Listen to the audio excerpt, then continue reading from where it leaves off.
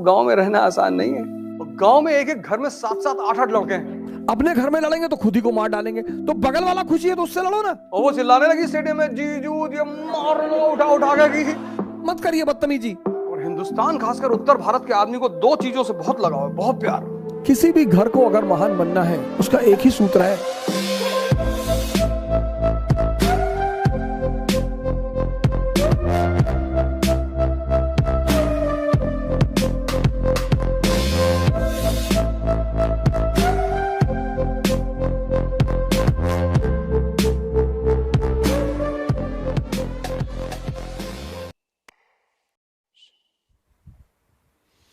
किसी भी घर को अगर महान बनना है, किसी भी राष्ट्र को अगर महान बनना है, किसी भी समाज को अगर महान बनना है,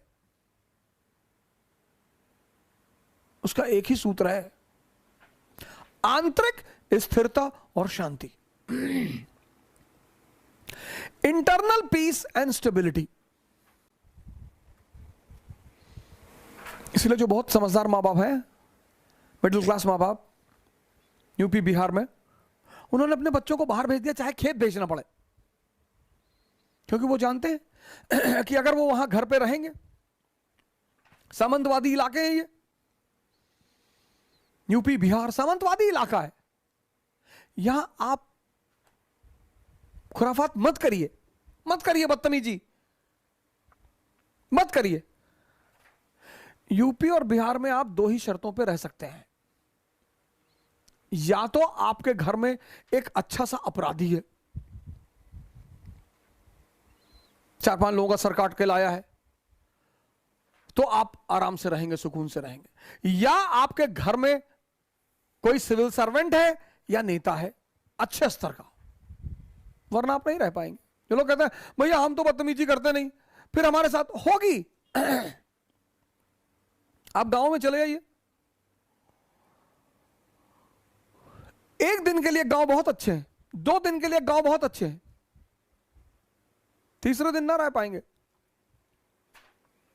और जिनको शहर की शांति मिल चुकी है, शहर में फ्लैटों में अगल बगल वाले एक दूसरे से बात नहीं करते, कभी कभार once in a blue moon सामने वाला फ्लैट वाला निकल आया, good morning good morning, how are you, खत्म खत्म। इस दिल्ली जैसे मेट्रोपोलिस में, मुंबई में बहुत लोगों को बड़ी शांति मिल गई। परिवार है, बच्चे हैं, सैटरडे संडे को वीवीआर चले गए, अभी लॉकडाउन में थोड़ा दिक्कत चल रहा है तो कोई बात नहीं, घर ही में अपना खाना पीना बना लिए, नाच गा रहे हैं, खुशी से हैं गांव में। और उसकी वजह क्या है? जनसंख्या। एक एक घर में 10-10 12-12 लोग हैं, एम्प्लॉयमेंट है नहीं, आय का स्रोत है नहीं। अपने घर में लड़ेंगे तो खुद ही को मार डालेंगे, तो बगल वाला खुशी है तो उससे लड़ो ना। बहुत चुनौतीपूर्ण है इस वक्त इन स्टेटों में सरवाइव करना। वैसे तो सारी जगह चुनौतीपूर्ण है, यहां परसेंटेज ज्यादा है। यूपी में किसी की 1 इंच जमीन लेके देखिए, और यूपी की जमीन गंगा द्वाब की, पूर्वांचल, इतनी फर्टाइल जमीन, इतनी, लोहा फेंको AK-47 बाहर निकले। आज भी तुम्हारे पास अगर गांव में 2 एकड़ जमीन है ना, 2, और घर के सामने एक ट्रैक्टर है और बुलेट रखे हो तुम, उस पर लिखा है महाकाल,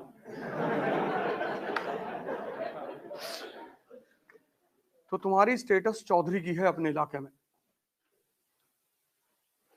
और हिंदुस्तान खासकर उत्तर भारत के आदमी को 2 चीजों से बहुत लगाव है, बहुत प्यार। एक तो अपनी जमीन से, और दूसरा अपनी ससुराल से। वो शिखर धवन खेल रहा था ना ऑस्ट्रेलिया में, मारा जा रहा था उठा उठा के मेलबोर्न में, ऑस्ट्रेलिया से लगा कि क्या हो गया यार, उसकी ससुराल है मेलबोर्न में, उसकी वाइफ आई हुई थी, और वाइफ के साथ उसकी दोस्तें आई हुई थी, सालियां आई हुई थी, और वो चिल्लाने लगी स्टेडियम में, जीजू ये मार लो, उठा उठा के की। ऑस्ट्रेलिया वालों ने कहा भाई साहब अगला मैच मेलबोर्न में खेलना ही नहीं है। दो चीज से बहुत लगाव है, जमीन और ससुराल। जमीन नहीं दे सकते, इसलिए बहुत सारे लोग जो गांव में शहरों में सेटल हो गए, दिल्ली में मुंबई में, कहे भैया हम गांव की जमीन बेच दिए, और तुम्हारे पास कोई ऑप्शन नहीं है। गांव का सोशल स्ट्रक्चर और शहर का सोशल स्ट्रक्चर बहुत अलग है। शहर में लोगों का एक बच्चा है, उसको इंग्लिश मीडियम में पढ़ा रहे हैं, मैरीलैंड स्कूल, वही मैगी एगी खा के बड़ा हो रहा है। और गांव में एक एक घर में 7-7, 8-8 लड़के हैं। 8 लड़के, 6 बंबई में कमा रहे हैं, एक जेल में है, दूसरा कचहरी में खड़ा रहता है दिन भर। नहीं, तुम जब भी कचहरी जाओगे एक आदमी तुम्हें वहां मिलेगा, जब भी जाओगे तुम्हें मिलेगा कि कहा तिवारी, अरे वो देवरिया वाले केस में पेशी लगी। कुमार विश्वास से किसी ने पूछा कि दिल्ली के लड़के और यूपी के लड़कों में क्या फर्क है, बड़ा अच्छा आंसर दिया उसने, कहा दिल्ली के लड़के जवान होते हैं तो डेट पे जाते हैं, और यूपी के लड़के जवान होते हैं तो तारीख पे जाते हैं।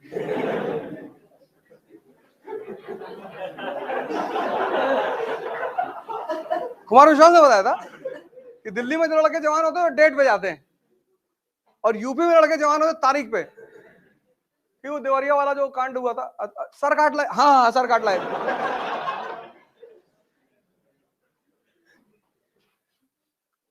वैसे अब गांव में रहना आसान नहीं है, बहुत डेंजरस है। कौन कहां आग लगा रहा है किसी को नहीं पता। हम अभी आए 2 दिन पहले, गांव में ही थे। हम सब डिस्टेंस बना के रखते हैं, हमको जानते हैं सज्जन आदमी है। इसलिए हिंदुस्तान में वो तबका हमेशा शक्तिशाली रहा जिसका जमीन पे कब्जा रहा।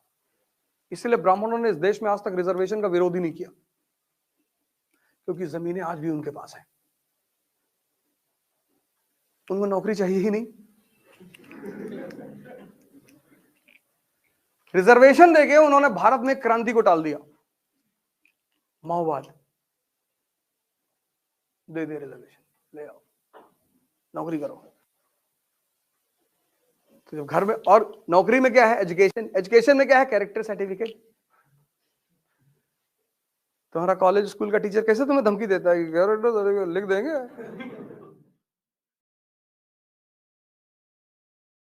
हमारे कानपुर में है इकरा आईएएस बाय ओझा सर, जो आईएएस और पीसीएस की प्रेपरेशन के लिए लाए हैं बेस्ट फैकल्टीज फ्रॉम दिल्ली। तो अब मतलब वो सारे के सारे लोग जो कि आईएएस और पीसीएस की प्रेपरेशन के लिए दिल्ली जाने की सोच रहे हैं ना, तो अब उन्हें दिल्ली जाने की बिल्कुल जरूरत नहीं है, क्योंकि ओझा सर की देखरेख में इकरा आईएएस लाए हैं new offline batches for UPSC IAS PCS के बाद join NCERT basics and GS pre का मेंस फाउंडेशन बैच सिर्फ और सिर्फ इकरा आईएएस, वो भी 9 नंबर क्रॉसिंग हमारे शारदा नगर कानपुर में है।